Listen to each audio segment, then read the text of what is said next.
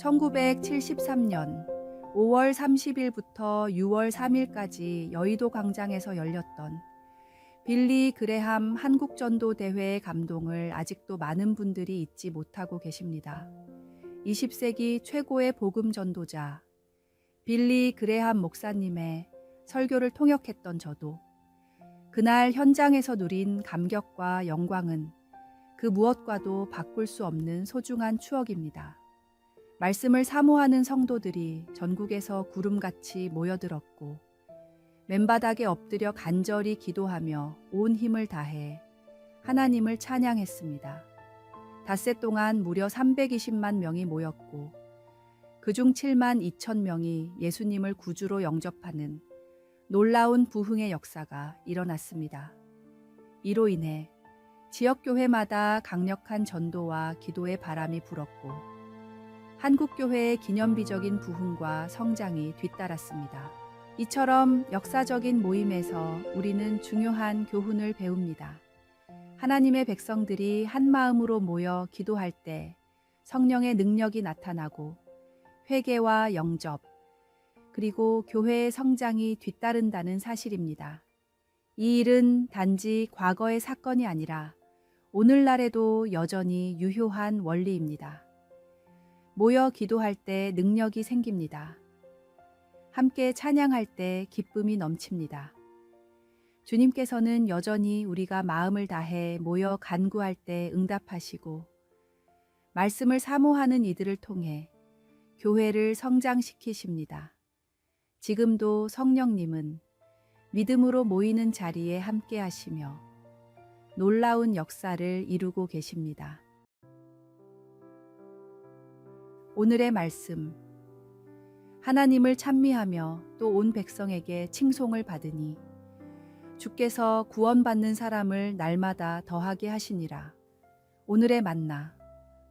오늘 하루 가정과 교회와 민족을 위한 간절한 기도로 시작해 보십시오. 하나님의 능력이 당신의 삶에 새롭게 부어질 것입니다.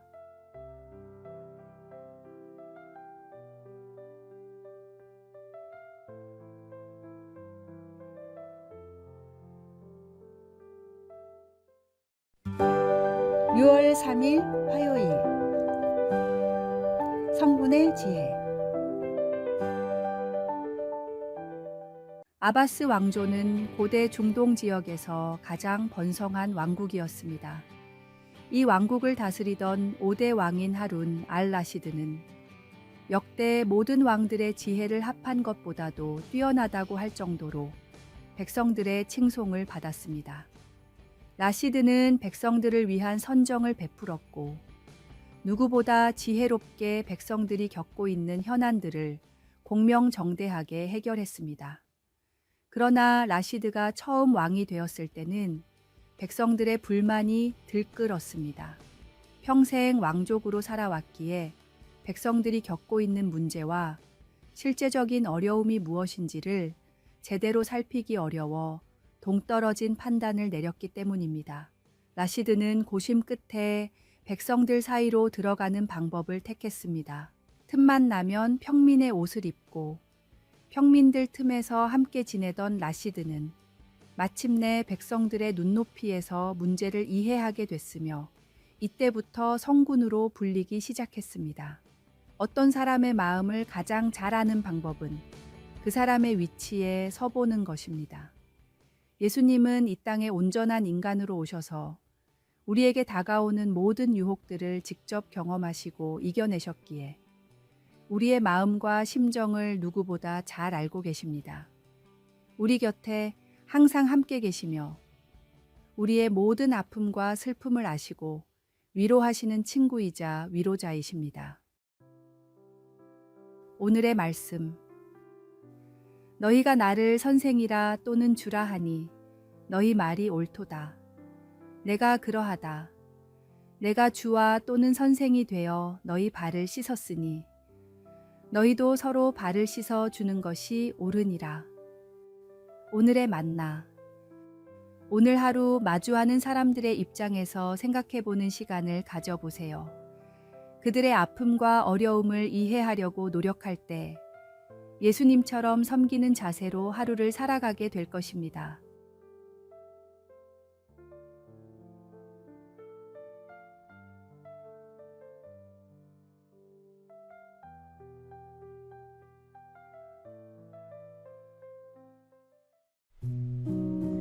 (6월 4일) 수요일. 호랑이 우리 속으로. 모노레일을 타고 동물원을 관광하던 한 남자가 갑자기 호랑이 우리로 떨어졌습니다. 이 모습을 본 관광객들은 깜짝 놀라 재빨리 신고를 했지만 더 놀라운 일은 그 후에 벌어졌습니다. 남자의 접근에 놀란 호랑이는 주변을 돌며 경계하다가 결국 달려들어 남자를 마구 공격했습니다. 다행히 재빨리 달려온 구조 요원들 덕분에 남자는 구조되어 목숨을 건졌습니다. 이후 조사에서 이 사고의 충격적인 진실이 밝혀졌습니다. 남자는 사고로 떨어진 것이 아니라 자진해서 모노레일에서 호랑이 우리로 뛰어내린 것이었습니다. 그 이유는 단 하나, 호랑이를 가까이서 보고 싶어서였습니다. 그런데도 이 남자는 단순한 호기심 때문에 위험을 무릅쓰고 행동했습니다. 결국 추락으로 팔다리가 부러지고 호랑이에게 물려 폐까지 뚫리는 심각한 부상을 입었습니다. 죄의 결과가 사망임을 알면서도 그것을 행하는 사람은 호랑이 우리에 자발적으로 뛰어드는 것과 다를 바 없습니다. 때로는 우리도 죄의 유혹 앞에서 한 번쯤은 이라는 생각에 빠질 수 있습니다. 그러나 그 결과는 우리가 상상하는 것보다 훨씬 참혹할 수 있습니다.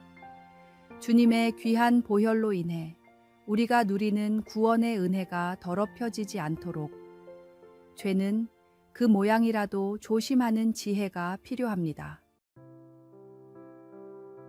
오늘의 말씀. 사람이 감당할 시험 밖에는 너희가 당한 것이 없나니 오직 하나님은 미쁘사 너희가 감당하지 못할 시험 당함을 허락하지 아니하시고 시험 당할 즈음에 또한 피할 길을 내사 너희로 능히 감당하게 하시느니라. 오늘의 만나. 일시적 쾌락을 위해 위험을 감수하는 선택보다 하나님의 지혜를 구하고 유혹을 이기는 길을 선택하십시오. 주님은 항상 피할 길을 마련해 두셨습니다.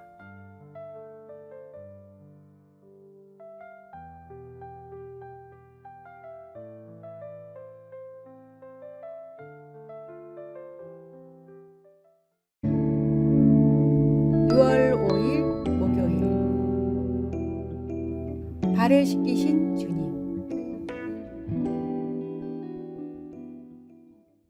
중동 지역의 대부분은 사막이거나 건조합니다. 무더운 날에는 50도도 넘어가기 때문에 하루 종일 땀이 나는데 사막지대를 건너기라도 하면 발은 온종일 모래로 뒤덮입니다. 땀과 모래로 하루를 보내기 때문에 중동에서는 발을 매우 더럽게 여깁니다. 동등한 지위의 사람들끼리는 남의 발을 손으로 가리켜서도 안 됩니다. 부끄러운 곳을 지적하는 무례한 행위이기 때문입니다. 이 지역의 사람들이 누군가에게 줄 수 있는 가장 큰 모욕도 신고 있는 신발을 들어 때리는 것입니다. 발을 씻기는 일은 하인 중에서도 가장 낮은 하인이 해야 하는 천한 일이었습니다.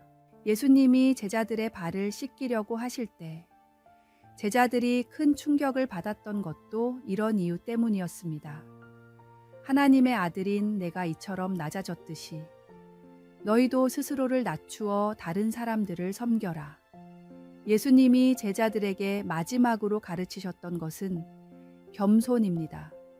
만왕의 왕이신 주님은 제자들의 발을 씻기시고 세상의 가장 낮은 사람들을 찾아가 사랑과 은혜를 베푸신 겸손의 주님이셨습니다.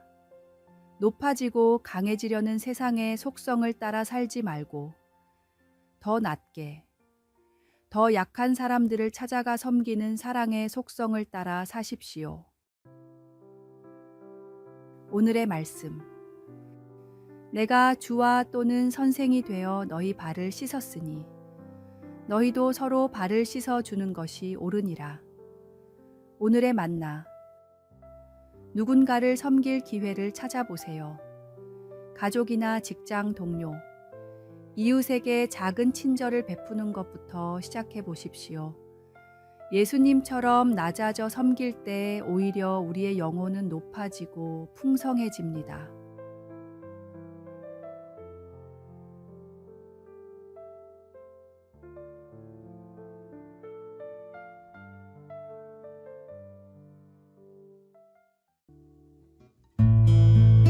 (6월 6일) 금요일.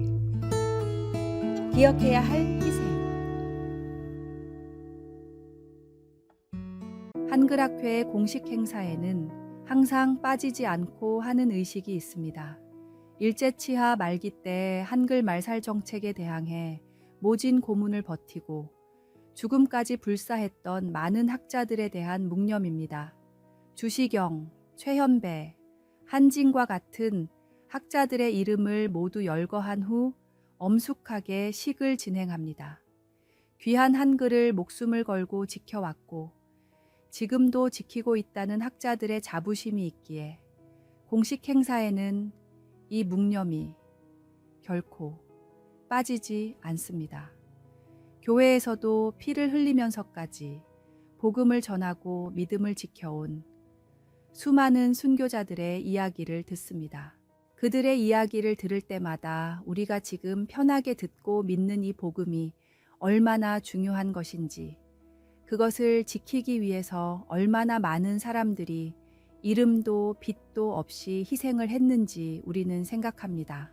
그리고 나라를 지키기 위해 목숨을 버려가면서까지 싸운 수많은 사람들이 있었습니다.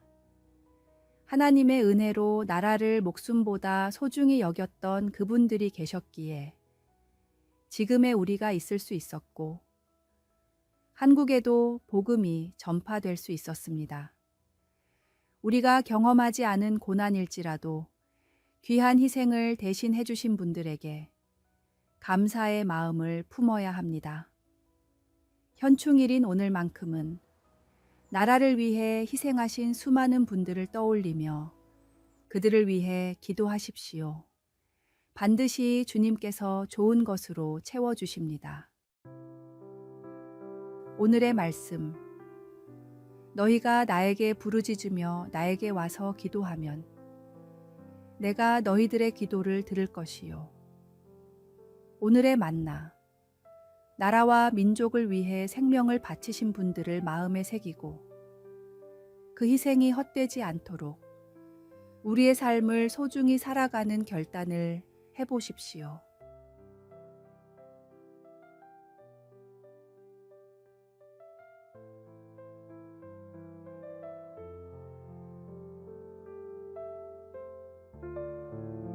아래에 빨간색 글자 구독을 누르시어 더 많은 전도의 열매를 맺으시기를 기도합니다.